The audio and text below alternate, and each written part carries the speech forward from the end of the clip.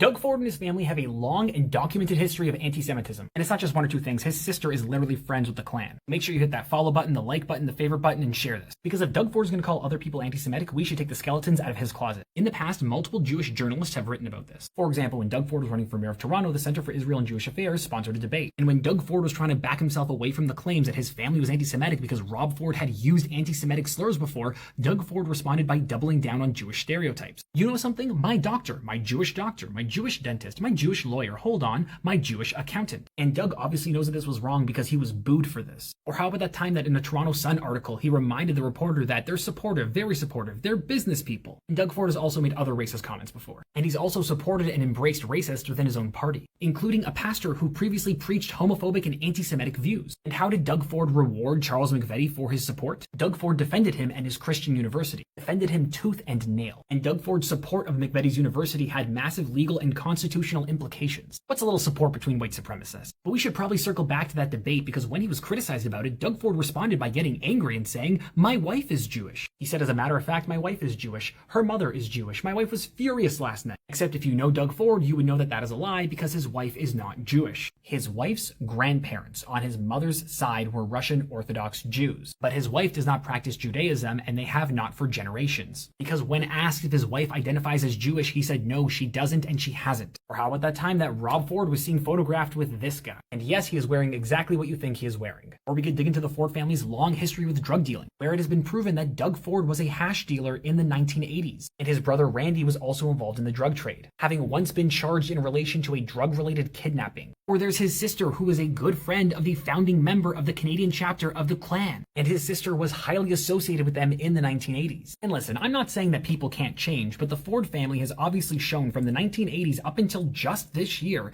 that they are, and always have been, pretty anti-Semitic and racist. So when he starts saying that other politicians are anti-Semitic and starts calling for their resignations, he should really take a long look in the mirror. Once again, please hit the follow button, the like button, the favorite button, the share button, and if you want to see more stuff about Doug Ford, more deep dive investigations, keep watching my channel because I will continue to do so.